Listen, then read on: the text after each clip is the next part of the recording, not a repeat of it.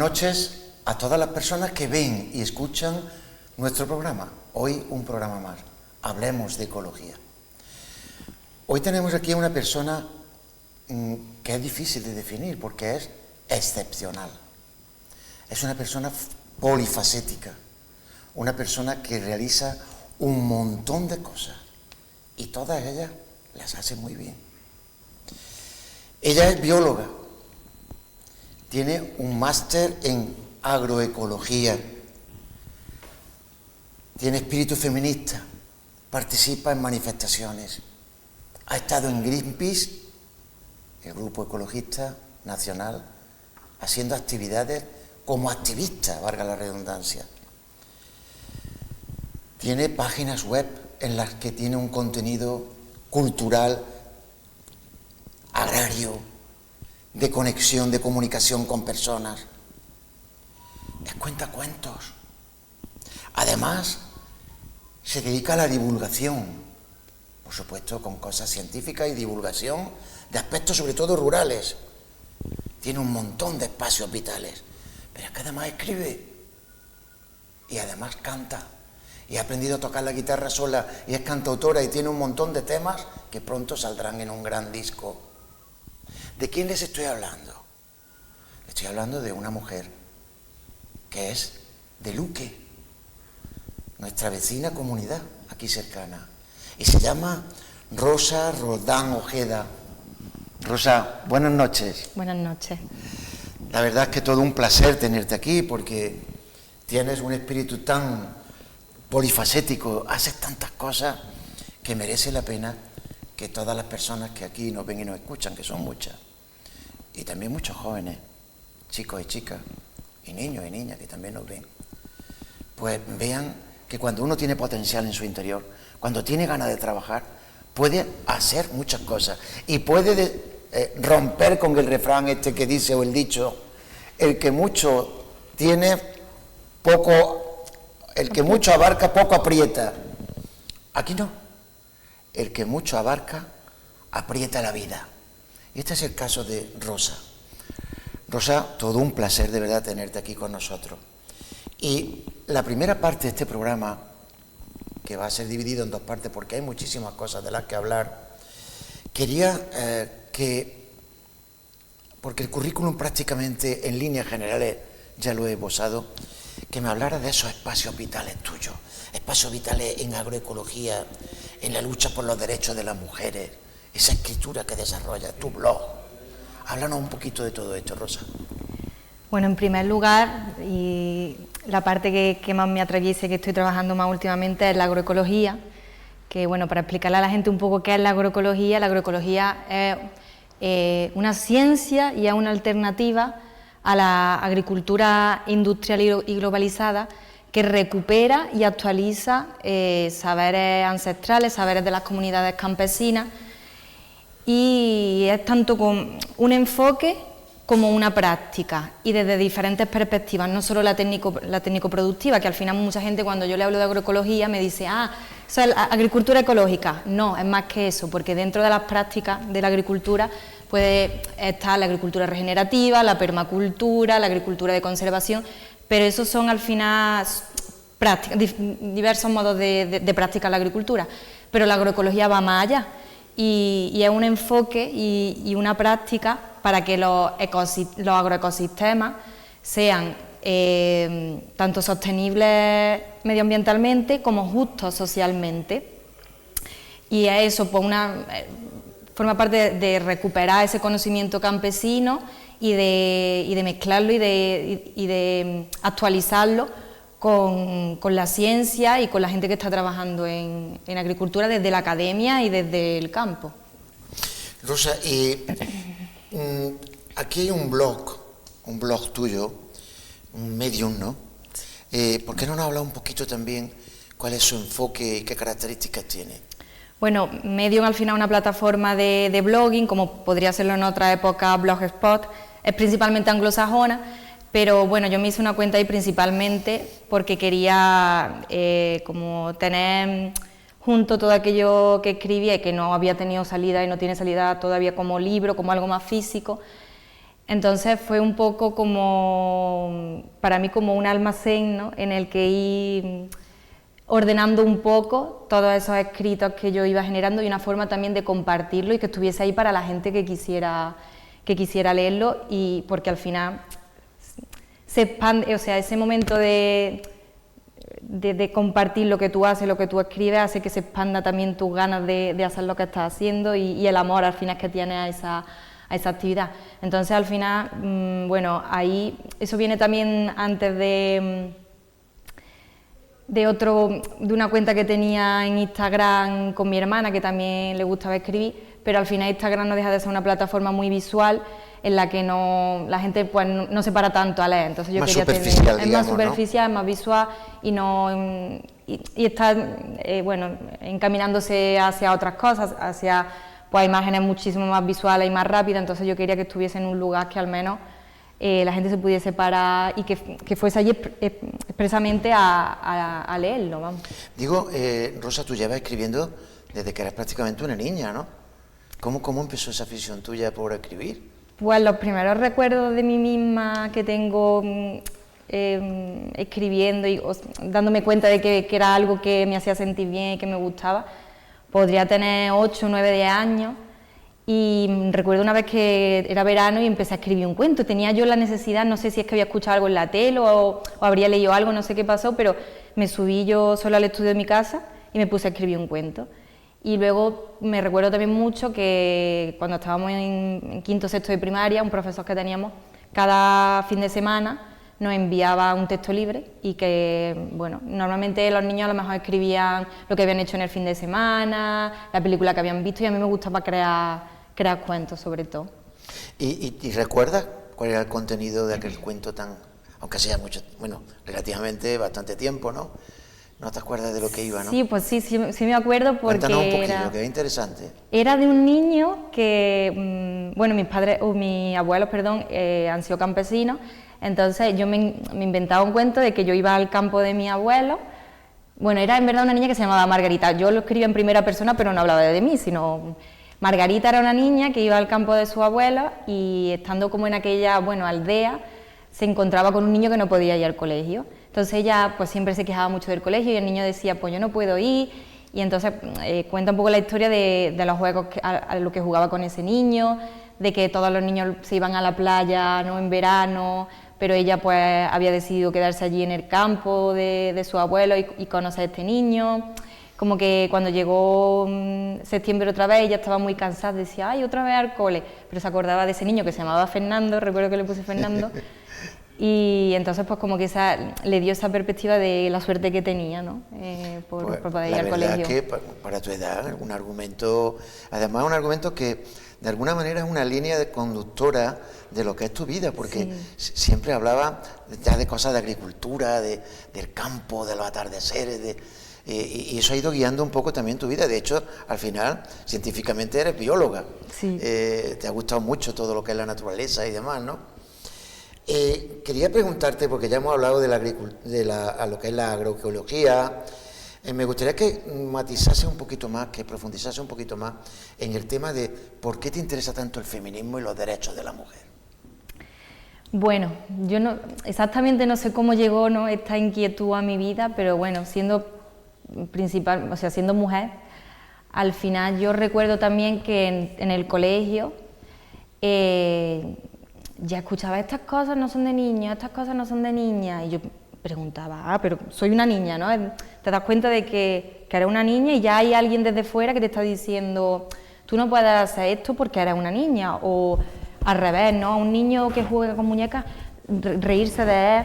Entonces ya había algo que ahí en mi cerebro no me cuadraba y nadie desde fuera me estaba explicando en realidad por qué eso pasaba. Luego voy creciendo y en el instituto veo que siempre lo que se estudia en historia, las guerras y los hombres, y dónde están, ¿no?, las mujeres, o en la ciencia, nombres de científicos, de señores que se ven muy lejanos de ti, no solo que sean hombres, sino que hombres y anglosajones y de hace 2 siglos, entonces no me veía representada.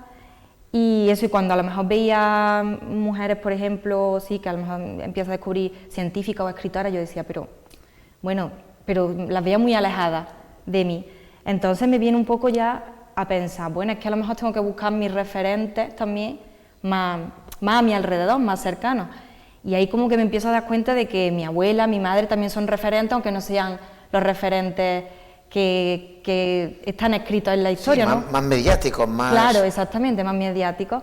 Y aquí voy a hacer referencia a Mar Gallego, que es una escritora y una periodista andaluza que escribió un libro que se llama Como vaya yo lo encuentre, que dice que hay muchas mujeres... si quiere, para que las personas puedan ver este libro. Que hay muchas mujeres, ¿no? Cuando sobre todo las vecinas, ¿no? Que hablan y dicen, ha pasado esa muchacha lo que no está en los escritos, ¿no? Es como a qué le damos validez y a qué le damos legitimación, ¿no? Al final. Entonces, me viene un poco ahí por esa búsqueda también de representación, de reconocimiento, también de propias violencias que una va viendo y que le va poniendo nombre cuando crece.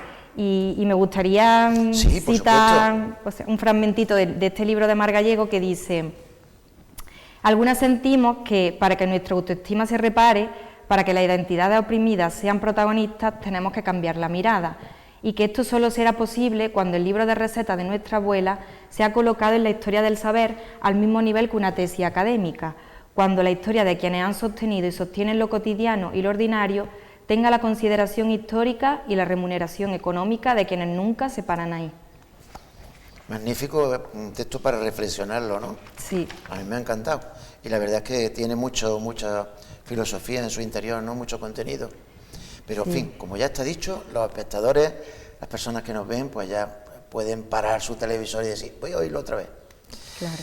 Bien, porque además estos programas luego se meten también en plataformas como YouTube, como Facebook, Vimeo Vídeo, etcétera, ¿no? Y Televisión Baena lo emite varias veces en la semana, ¿eh? Y quería decir también que al final el feminismo es algo que se lleva dentro y que te acompaña toda la vida, y que son como las lentes. Cuando aquí quien sea miope sabrá que cuando tú vas a la óptica y te empiezan a hacer el reconocimiento, te van poniendo lentes y vas descubriendo con cuáles ves mejor. Al final, para mí el feminismo es como una lente y obviamente yo que soy miope veo mejor, quiero tener esas gafas, pero eso no quiere decir que todo lo que vaya a ver sea más bello, porque tú tienes el riesgo, ¿no?, con esas gafas de ver la suciedad de la calle y de ver lo violento que puede ser una persona. Pues el feminismo es un poco igual que unas gafas, pero al final te hace más libre, ¿no? Efectivamente, cuanto más transparente y más clara ves las cosas, tienes más libertad, ¿no? Vamos a pasar a otra de tus actividades polifacéticas. Es que eres cantante también, has cantado en Sevilla, por supuesto en tu localidad, con nuestro querido amigo Vicente Aranda, gran cantautor también. Has realizado diferentes tipos, digamos, de recitales, y también aprendiste a tocar la guitarra sola, en plan autodidacta. Sí. Cuéntanos un poco esa época, bueno, esa época no, porque todavía perdura y perdurará toda tu vida, ¿no? ¿Cómo empezó a nacer en ti ese espíritu de cantar, de dar un poco voz a tus sentimientos y de escribir canciones? Pues yo creo que al final todo está interconectado, y es esa sensibilidad, ¿no?, que tengo y la necesidad de expresar al mundo y de compartir con el mundo lo que, bueno, llevamos dentro. Y recuerdo hasta una vez en mi casa, bueno, era Navidad y Luque tiene muchos villancicos propios, y entonces yo me he criado con eso, y yo me puse a cantar bueno, unos villancicos, y también recuerdo a mi abuelos cantar así coplillas. Es algo que yo creo que casi toda la familia andaluza, aunque la gente no sepa, o sea, no tenga, ¿no?, una buena voz, como se dice, pero forma parte de nuestra idiosincrasia, ¿no?, de nuestra sociedad. Entonces yo recuerdo que empecé a cantar un villancico y mis padres me dijeron, oye, pues afina, no sé dónde te viene, pero afina. Y decidí apuntarme en la rondalla, que al final, la rondalla de mi pueblo, Rondalla Coro Nuestra Señora de la Asunción se llamaba, que su directora era Nani. Y claro, para mí eso fue también un descubrimiento, porque dio salida a esa inquietud y a esa sensibilidad y a esa también ganas de formar parte de algo, porque también en los pueblos tiene un poco la desventaja con respecto a las ciudades, de que cuando somos pequeños y adolescentes no tenemos tantas oportunidades de actividades extraescolares, por ejemplo. Entonces para mí eso fue súper bonito, estar ahí en la rondalla y aprendí muchísimo y me lo pasé muy bien con mucha gente y cantábamos en la iglesia, pero también en eventos del pueblo, en residencias también, por ejemplo, aquí en Baena, allí en Luque, y fue eso una forma de compartir, porque la cultura y la música, o sea, es un hilo de unión hacia todas las personas.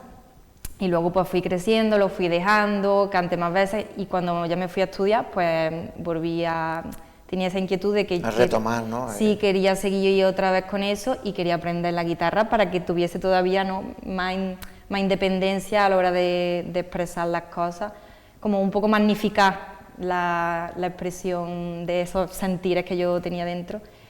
Y empecé eso, pues también a cantar en algunos micros abiertos. En Sevilla, por ejemplo. En Sevilla, me avisaron para algunos eventos, estuve cantando en un evento que lo organizaba una chica que es la CEO de una empresa que se llama Brutal, que es de conservación de la naturaleza, también en otro evento de arquitectura, en fin, que he ido participando un poco también en lo que me han ido queriendo. Digo, Rosa, que tú también compones tus propios temas, tus propias letras, aunque cantas también, sí, como es lógico, cuando uno empieza, yo también soy un humilde cantautor, pero cuando uno empieza, pues va cantando lo que otro oye de otros, ¿no? Sí. Pero después ya te decides escribir tus propios temas y demás, ¿no? Y tienes ahí temillas que dices tú que, bueno, temillas o temazos que pueden dar fin o pie a un disco, ¿verdad? Sí, bueno, claro, yo empecé en verdad también a tocar la guitarra un poco por eso, porque quería escribir mis propias canciones, entonces sin tocar un instrumento es difícil ponerle musicalidad. Entonces sí, tengo varios escritos de los que estoy bastante orgullosa y me gustaría que en algún momento eso tuviese salida y conformase un disco, un álbum, pero bueno, también la exigencia y la carrera, yo no he tenido todavía la oportunidad o no he puesto el trabajo suficiente como para que eso se haya materializado. Pero se hará, te aseguro que se hará. Otro aspecto tuyo, de tu aspecto polifacético, o sea, dentro de la capacidad polifacética admirable que tienes, es la divulgación. La divulgación de ciencia y de quizá otros aspectos. Me gustaría que este aspecto divulgativo lo ampliase un poquito. ¿En qué ámbito, sobre todo? Pues bueno, esto me viene un poco cuando yo estaba terminando la carrera en Sevilla de biología. Empecé a tener una pandilla que, bueno, muchos eran urbanitas de toda la vida. Entonces yo les contaba las cosas del pueblo, no sé qué, y ellos me decían, las chicas rurales estas, no sé qué. Yo decía, es verdad que creo que falta alguien que le cuente a la gente que no ha vivido en el campo nunca, cómo es vivir en el campo, pero de verdad desde una persona que lo ha vivido y que lo ha sentido y no desde intermediarios, ¿no? Entonces, por ahí, y luego cuando yo terminé mi máster, yo siempre digo que la ciencia no tiene sentido hacer ciencia si luego la ciencia no llega a la gente. Entonces quería también divulgar mi trabajo final de máster. Entonces, bueno, eso fue después, pero creé una cuenta en Instagram que se llama La Muchacha Cabra. Y ahí iba yo, a La Muchacha Cabra. Cuéntanos eso un poquito más. Bueno, pues la cuenta viene un poco por eso, por esa inquietud de querer mostrar, porque yo ya también estaba viendo que había un cierto movimiento de gente como de nuevas ruralidades, de gente joven que estaba expresando como que era lo que vivía, cómo era vivir en el campo. Y entonces La Muchacha Cabra, el nombre viene porque con una amiga mía, también que admiro mucho, que se llama Celia, que es fotógrafa, pues estábamos haciendo unas fotos para su marca de joyería artesana y yo empecé a subirme por una roca. Entonces ella me dijo como, mira, la niña cabra. Y ya ahí pues me pareció un nombre como con tanto sentido y tan potente que pensé en ponerle ese nombre. No le puse la niña porque no reconocía la ñ y me puse La Muchacha porque bueno, así queda más... Porque claro, la muchacha, claro, además un nombre que también decimos que mucho, el muchacho, la muchacha, entonces se suele decir mucho, claro, ¿verdad? me gustó del chico y la chica en esta zona se dice el muchacho y muchacha, ¿no? Sí, sí. Y en el aspecto así de divulgación, ¿hay alguna cosilla más que quiera destacar, que amplíe un poco lo anterior? O... Sí, bueno, al final, como también participé en algunos programas de televisión, como Los Repobladores, en el que hablo sobre todo con una hortelana que se llama Manola Ruiz, pues también comparto esa conversación que tuvimos en el programa y desarrollo luego diferentes puntos de mi TFM, pues lo adapto un poco a lo que es Instagram, para que al menos algo, yo sé que no es tan atractivo como un vídeo, como una foto de alguien en la playa, ¿no? Porque al final también Instagram tiene sus propios códigos, sus propios algoritmos, y es verdad que no llega a tanta gente, pero yo me conformo con que eso llegue a unas pocas personas, y si a alguien en ese día leyendo eso que yo compartí le hace cambiar el chip o le hace cambiar algo o motivarlo para algo, ya estoy satisfecha. Te das tú por satisfecha, ¿verdad? Sí. ¿Qué te dice a ti la frase el sonido de las plantas? Pues bueno, eso es un proyecto que para mí es muy bonito. ¿Otro más? Sí, muy bonito, que empecé cuando estaba terminando mi carrera también, y me vino así un día, por aunar todas estas pasiones también que yo tengo, que parten de lo mismo, pero bueno, tienen diferentes ramas. Y es un proyecto que combina la divulgación de la botánica con la música. Es un proyecto que consiste en la investigación de plantas que salen en canciones. Entonces yo cojo una canción o cojo una planta y veo pues en qué canciones sale, y entonces explico un poco esa planta, algunos términos botánicos y otros un poco más simplemente más llanos, de sus usos también, sí, de dónde viene, de su origen, y pongo al lado también, pues en la canción que sale, de quién es esa canción. Algún fragmento donde aparezca, ¿no? Claro, exactamente, el fragmento en el que la cantan. Entonces me parece muy buena forma de aunar esos dos mundos, porque yo también siempre digo que información más emoción es memoria a largo plazo. Otra frase muy a reflexionar, ¿eh? Sí. Quería preguntarte, para ir terminando ya, todavía no, pero muy pronto, porque el tiempo en televisión, sí, te darás cuenta que pasa volado. Tú ya has hecho televisión muchas veces, ¿no? Tanto el sonido de las plantas como la muchacha cabra lo pueden ver en Instagram. Sí, exactamente. Bueno, el sonido de las plantas es físico, pero alguien, si lo quiere, me lo puede solicitar a mí a través de Instagram, por ejemplo. Pero sí, la muchacha cabra, poniendo @la muchacha cabra en Instagram, sale en mi perfil. Te digo eso porque muchas personas de las que nos ven y nos escuchan, pues se verán interesados por toda esta cantidad de cosas que haces y querrán profundizar más, ¿no? Y ya saben que en Instagram pueden verlo. Y si quieren consultarle algo a Rosa, yo que la conozco, creo que no va a tener ningún problema en comentaros y en dar luz a todo lo que le preguntéis. Además de todo esto, eres cuentacuentos. Estás en un taller de cuentacuentos que se hizo, ¿no? En Luque, en la parte de la biblioteca, ¿no? ¿Cómo se desarrolla este taller? ¿Qué cosas habéis hecho? Si seguís trabajando ahora, si lo tienes un poquito más, digamos, con perspectiva de seguir con esta actividad, en fin, todo eso.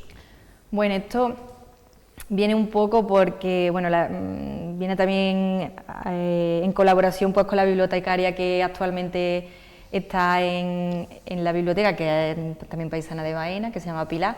Es muy buena bibliotecaria, pero veíamos que llevaba mucho tiempo la biblioteca de nuestro pueblo parada, que no iba gente pequeña, y claro, yo tenía la inquietud de hacer alguna actividad, aprovechando también el espacio de allí, porque es muy bonito, se ve la sierra, la montaña, y que uniese otra vez pues la lectura con la naturaleza, con la biología, y en principio fue una actividad solo de ese momento, en julio creo que fue, antes de que yo me fuese a Italia, y consistió en hacer dos cuentos, uno sobre la golondrina y otro sobre las abejas, que en ese momento, pues la golondrina estaba en nuestro pueblo y las abejas eran muy importantes porque también es el momento de castración de la miel, de sacar la miel, de hacerle, como objetivo también de conservación de esas especies, de hacerles entender a los niños desde, bueno, una actividad como un cuentacuentos,